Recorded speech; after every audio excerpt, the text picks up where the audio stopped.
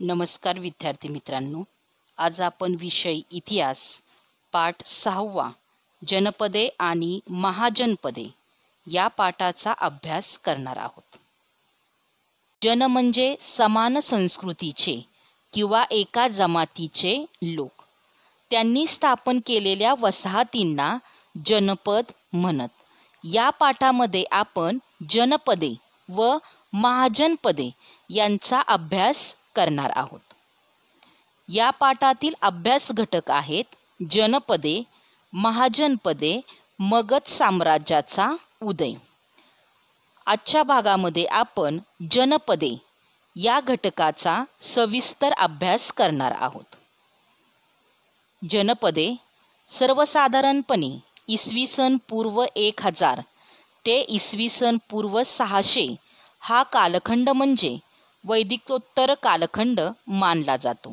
या काळात जनपदे अस्तित्वात आली।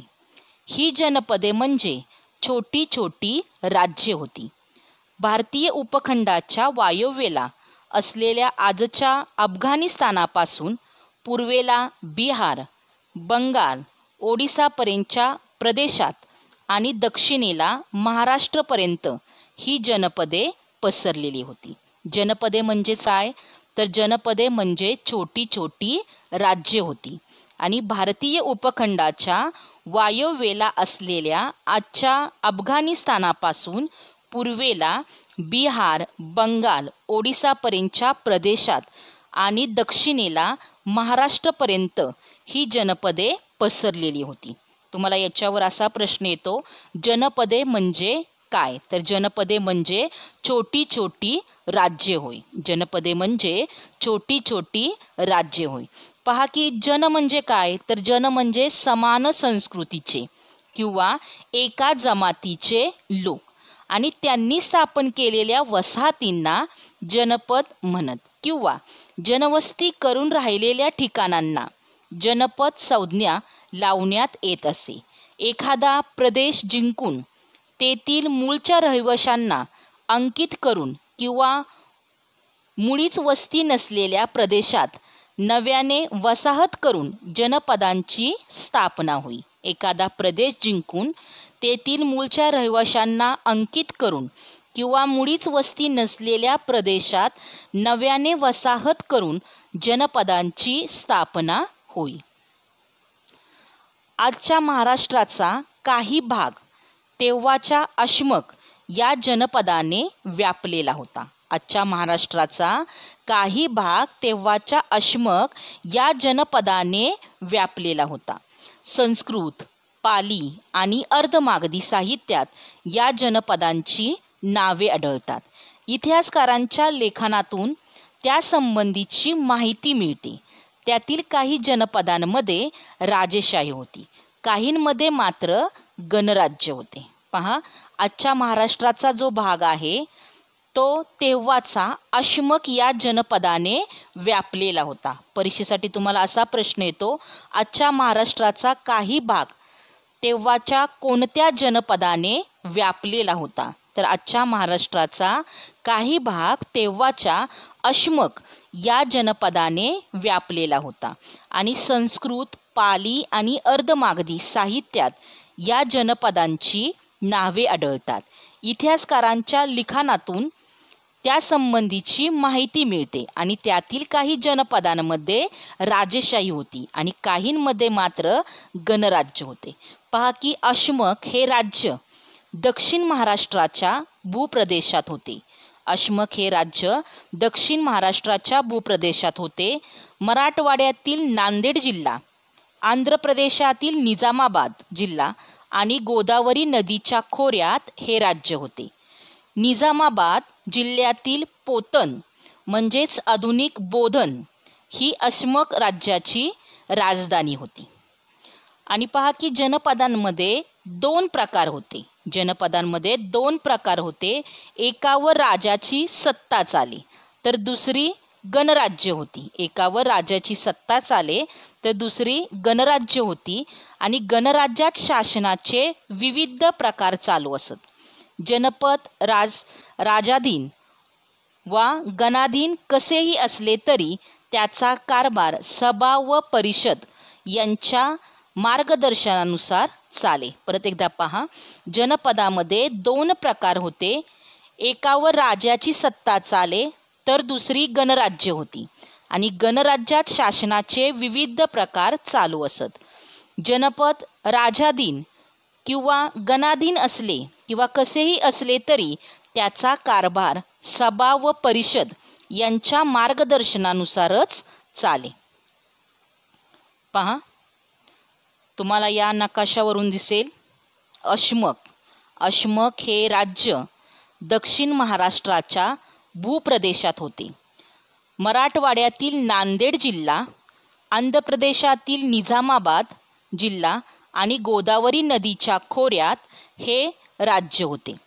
निजामाबाद जिल्ह्यातील पोतन म्हणजेच आधुनिक बोधन ही अशमक राज्याची राजधानी होती. ही अशमक राज्याची राजधानी आधुनिक काळामध्ये कोणती आहे तर बोधन ही अशमक राज्याची राजधानी होती. आजच्या महाराष्ट्राचा काही भाग तेव्हाच्या अशमक या जनपदाने व्यापलेला होता. आजच्या महाराष्ट्राचा काही भाग तेव्हाच्या अशमक या जनपदाने व्यापलेला होता. नकाशाचे व्यवस्थित निरीक्षण करायचे. पहा की जनपदांमधील श्रेष्ठ व्यक्तींची गणपरिषद असे. गणपरिषदेचे सदस्य एकत्रपणे चर्चा करून राज्यकारभारासंबंधीचे निर्णय घेत असत. अशा चर्चा जिथे होत त्या सभागृहास संथागार असे म्हटले जाई. गौतम बुद्ध शाक्य गणराज्यातील होते. प्रत्येक जनपदाची स्वतंत्र नाणी होती. परत एकदा पहा, जनपदांमधील श्रेष्ठ व्यक्तींची गणपरिषद असे. गणपरिषद कोणाची असे तर जनपदांमधील श्रेष्ठ व्यक्तींची गणपरिषद असे. गणपरिषदेचे सदस्य एकत्रपणे चर्चा करून राज्यकारभारासंबंधीचे निर्णय घेत असत आणि अशा चर्चा जिथे होत त्या सभागृहात संथागार असे म्हटले जाई. गौतम बुद्ध शाक्य गणराज्यातील होते. प्रत्येक जनपदाची स्वतंत्र नाणी होती. गणपरिषद कोणाची असे तर गणपरिषद जनपदामधील श्रेष्ठ व्यक्तींची असे आणि गणपरिषदेचे सदस्य एकत्रपणे चर्चा करून राज्यकारभारासंबंधीचे निर्णय घेत अशा चर्चा जिथे होत त्या सभागृहात संथागार असे म्हटले जाई. आणि गौतम बुद्ध शाक्य गणराज्यातील होते आणि प्रत्येक जनपदाची स्वतंत्र नाणी होती. पहा, या चित्रावरून तुम्हाला स्पष्ट होईल की शाक्य कुळाचे जीवनक्षेत्र मगधमध्ये म्हणजे सध्याचे नेपाळ आणि उत्तर भारत येथे हिमालयाजवळ होते. शाक्यांनी राज्य स्थापन केले आणि ते शाक्य गणराज्य म्हणून ओळखले जाई. शाक्यांनी गणराज्य स्थापन केले, गणराज्य म्हणून ते ओळखले गेले. ज्यांची शिकवण बौद्ध धर्माचा पाया